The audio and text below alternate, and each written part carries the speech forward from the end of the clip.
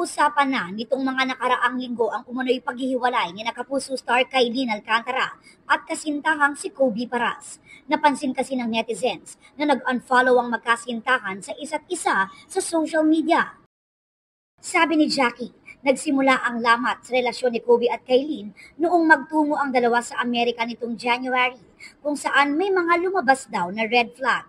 Dagdag ni Jackie, tila na-off din umano ang anak na si Kobe sa ilang pagkikita sa mga magulang ni Kylene. Matatanda ang ipinakilala ng dalawang young celebrities ang isa't isa sa kanilang mga magulang.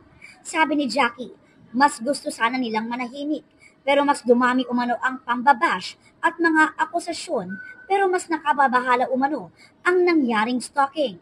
Tinawag din ni Jackie na unforgivable ang mga umano'y nasabi at nagawa ng magulang ni Kylene kay Kobe. Kinwestiyon din niya ang pagiging tahimik ng kampo ni Kylene kaya nagmumukhang cheater umano si Kobe.